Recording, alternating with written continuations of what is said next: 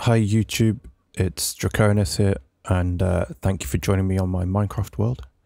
So it's a bit of a milestone episode, it being the 25th video, and yeah, it's going to be a little different than usual. So today we're properly diving into lore for the first time on my channel. So yeah, there'll be some new builds if that's what you're here for, so you can still watch on mute if you're not interested in the lore. But instead of me doing a walkthrough of the builds afterwards like I normally do, I'll be talking about things like the world origins and the different factions and like how I as the player factor into things. Right, before I get stuck into, of course it's raining. Typical. Yeah, before I begin, let's just recap what I mean by lore and like how and why I plan to incorporate it into my world. So first off, don't worry, I'm not going to start like role playing and doing like cringe acting, trying to like do different characters and stuff. I'm not an actor, so that's just not going to happen here. So where this all stems from is basically, it was in a Good Times with Scar video I saw ages ago, where he talks about giving his Minecraft builds a story to inform like design choices and like little details and decorations and so on. What I'm hoping to do with my Minecraft world though is take this idea and expand it out into the whole world and not just be like build by build or settlement by settlement.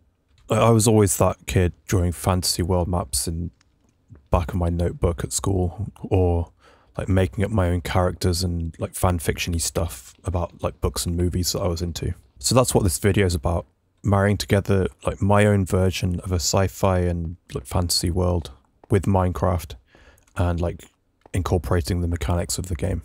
We're starting at the very beginning with a sort of creation story, how I as a player figure into things, some background on the different peoples inhabiting the world, and then a brief look into the progression of things and like going from the beginning to where the world's at now, and then kind of a glimpse into the future. So I'll switch over now to narration mode, and then I'll come back at the end to sign off.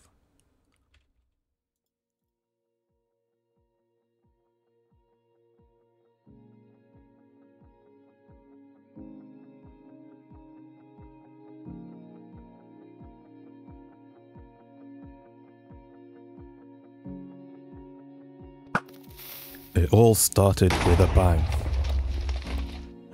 It was a bit bigger than that.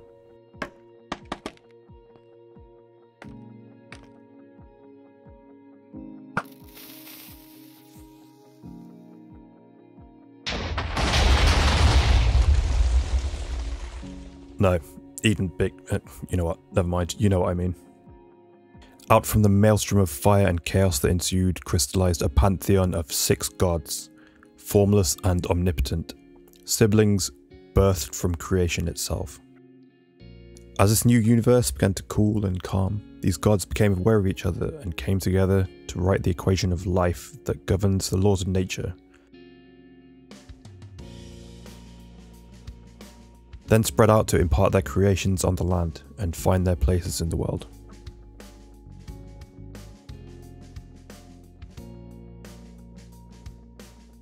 Three of the gods stayed in the overworld. The first and most powerful of the gods seeded the world with intelligent life and then took the form of the sun in order to help nature blossom and provide the peoples with nourishment. This sun god's champion on earth was a great dragon, and by way of dragon's breath and heat of the sun, fire became the symbol of the sun god amongst the people.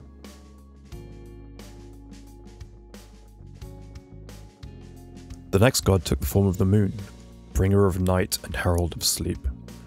Most liked by the other gods, the moon god was the confidant amongst them, trusted to keep their secrets, like a nightlight providing safety in the darkness. In this vein, the moon god is associated with safe passage amongst the peoples of the world, as the light of the moon guides them through the night to safe harbour, or indicates it's time to sleep and bypass the horrors that emerge when the sun isn't present to burn them away.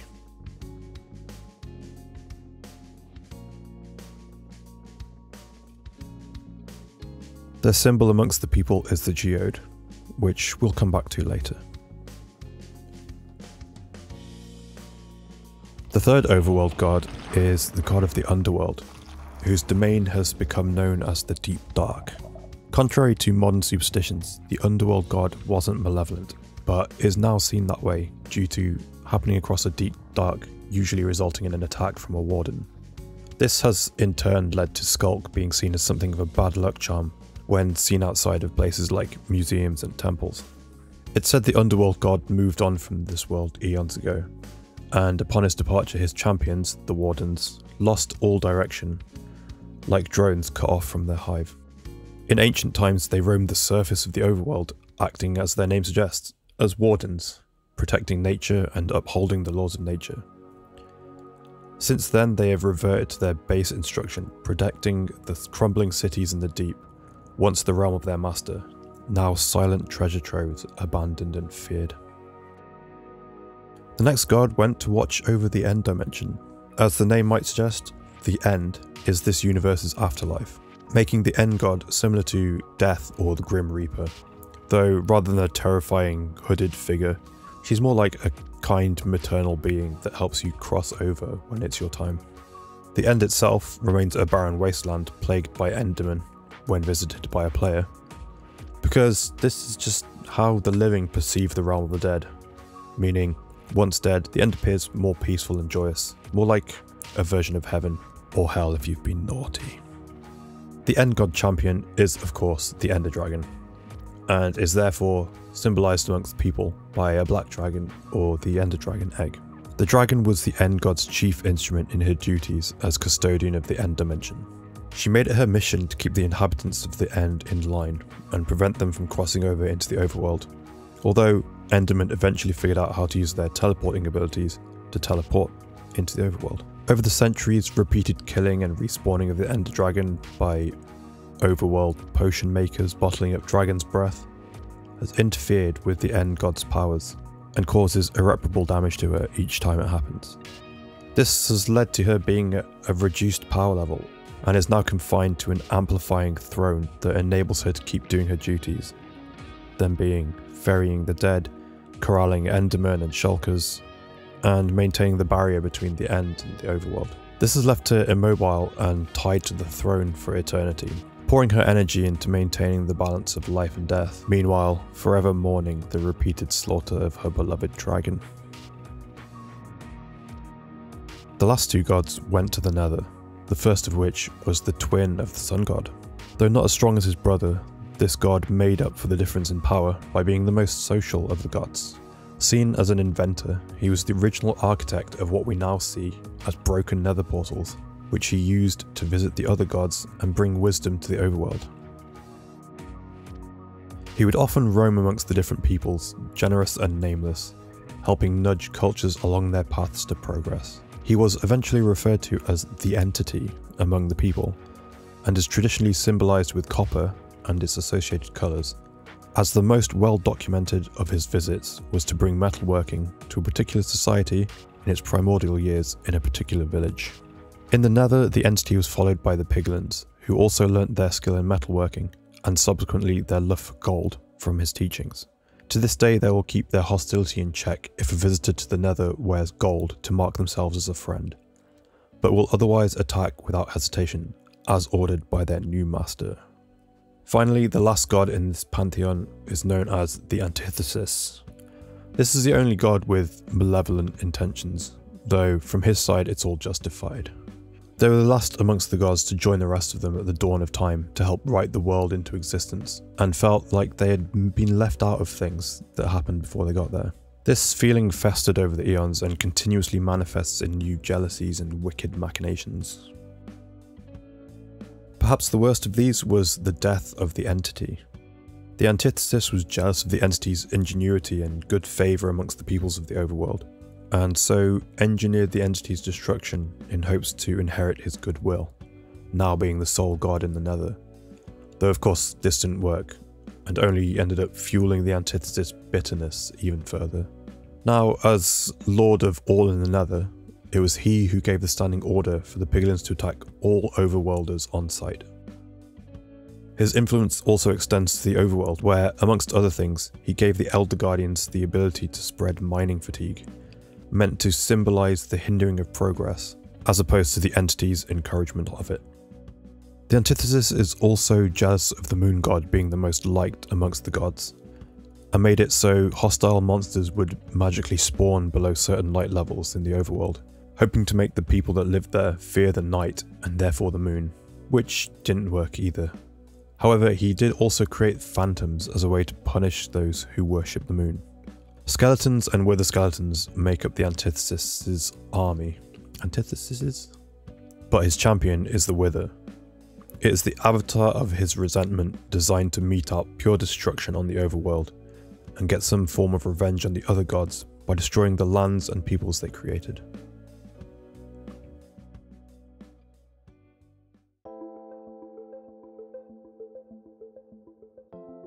The player, me, is a human character who is one of a select few special beings with the ability to return to life after dying. They are few and far between, and started to appear in the world after the first Ender Dragon was slain and respawned in the End Dimension, thus interfering with the End God's powers and causing something of a hiccup in the natural life and death cycle of a small number of individuals. This trait of respawning manifesting in the overworld led to the construction of the Spawn Temple, which mysteriously seemed to be the location at which a player would reappear after perishing. The general population tends to see player characters as a mixture of kind of superheroes and angels. Superheroes because of their ability to fight monsters and come back from the dead, and angels because of their ability to build and shape the earth in a similar fashion to how the gods do. Another way to describe them is perhaps like a witcher, a travelling hero sort of character helping out wherever they go, only not reviled like a witcher is because of their mutations and whatnot. Or perhaps like the demigods in the Percy Jackson books, like gifted humans who share traits with the gods.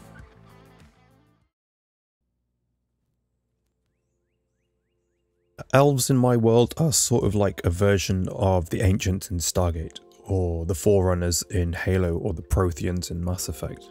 They were essentially the first and oldest people to live in this world, and made such great technological advances so long ago that what we would see as futuristic technology today has long been forgotten and lost to the ages. In fact, by the time the player, me, came around, the elves themselves have all but disappeared from the world, having either left to explore the stars or otherwise transcended our idea of physical existence and live now as energy, exploring the universe as formless, unbounded spirit, experiencing reality as the gods do. It's said there are a few, perhaps even just one elf at a time, who remains corporeal and inhabiting the overworld, as they take turns as caretaker of the elvish domains and make sure their place in history and their mark on the earth is not forgotten. Their passion for the stars came early in their history, as being immortal beings and requiring no sleep, they became enamored with the night sky and the wonders revealed by the dark. This turned into a love for the moon and the moon god, who they believed brought day to its end and unveiled the stars, a sort of symbolic death of the day and rebirth as night, with more stars to behold than the one we see in the daytime. This also became an important symbol to the elves, beauty and peace in or after death, as any death they do experience was almost always due to violence, as they didn't die naturally. The elves are also why the geode represents the moon god. At some point after they became astronomers, they were visited by the entity, who was charmed by their love for his favourite sibling. To help them feel closer to their god and study her closer, the entity gave them the crafting recipe for the spyglass, which of course requires amethyst crystals. Therefore, geodes are held as sacred in elvish society and inform a lot of their architecture, which typically features a lot of circular structures and white and purple colours. They also built a lot of towers, not just so they could practice astronomy closer to the sky, but also as a way to be safe off the ground at night when there are monsters around. Though it should be noted, the phantoms were created to punish the elves for worshipping the moon god, so perhaps the threat wasn't always just coming from below at night, especially for people that needed no sleep.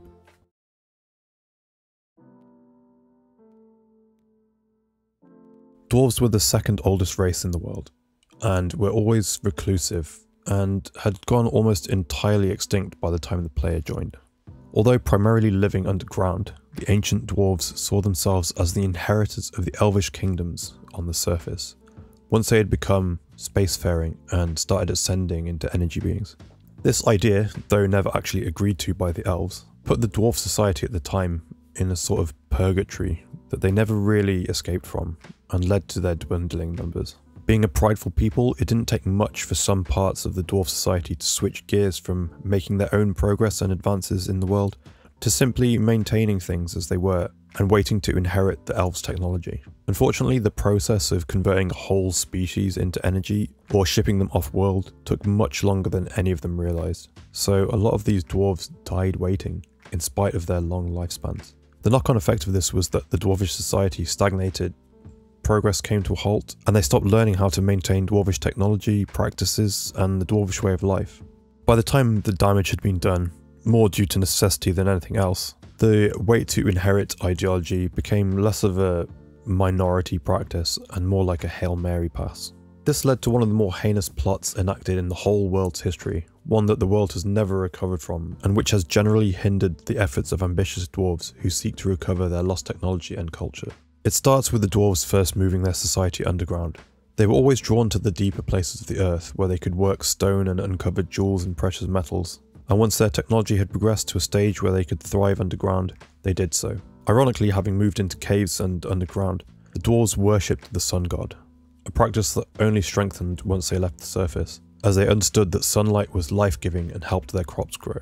Therefore, fire in the dwarf society is rarely, if ever, used for lighting purposes, but more symbolically and ritualistically to seek favour with the sun god for better crop yields in their underground farms.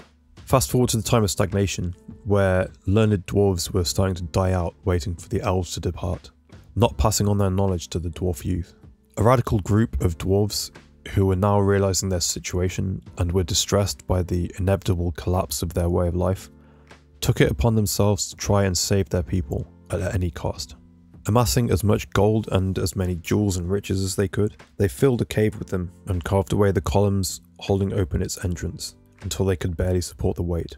They then lured the sun god's champion underground to honour it with said gold and riches. And it's a dragon, so of course it's going to give in to the temptation of gold and riches. Unbeknownst to the dragon though, this nefarious group of dwarves cut away the last few feet of rock in those pillars, collapsing the cave entrance and trapping it underground, out of contact with the sun from where it gains its energy and power.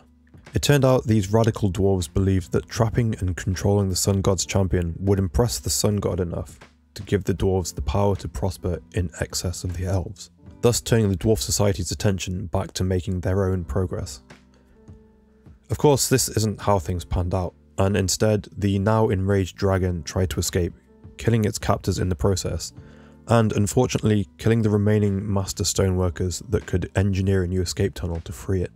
Eventually the dragon was convinced that these were the actions of a small group and not the dwarf society at large, and the dwarf leaders at the time promised to make things right with their sun god and his champion, and free the dragon once they figured out how to do so again. Sadly, the dwarves never recovered that knowledge or technology, nor rediscovered it, and the dragon remains trapped to this day, cut off from its source of energy, and thus in a state of hibernation until one day it can be reunited with the sun.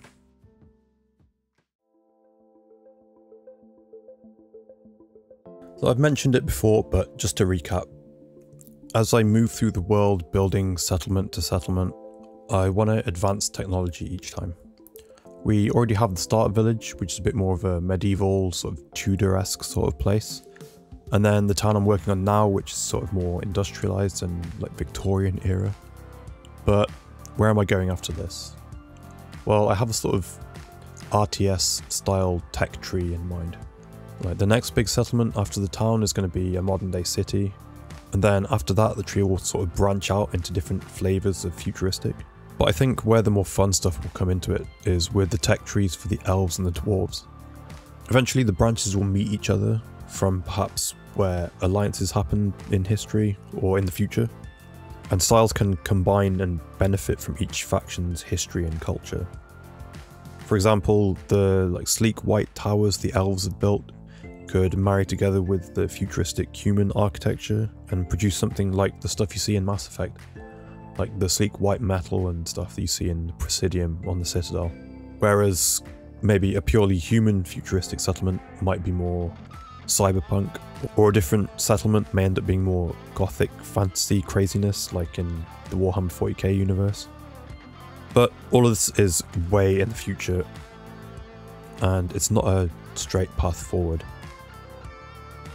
From time to time I'll need to go back and fill in some historic builds, like old dwarf mines and some empty but still magically preserved elf towns, or even old human settlement ruins maybe that predate the medieval village. Not to mention just random stuff that makes the world feel more lived in, like the lumberyard I built a while back. There's so many ideas and concepts to explore and stories to tell, and just what really excites me is I'm only just getting started.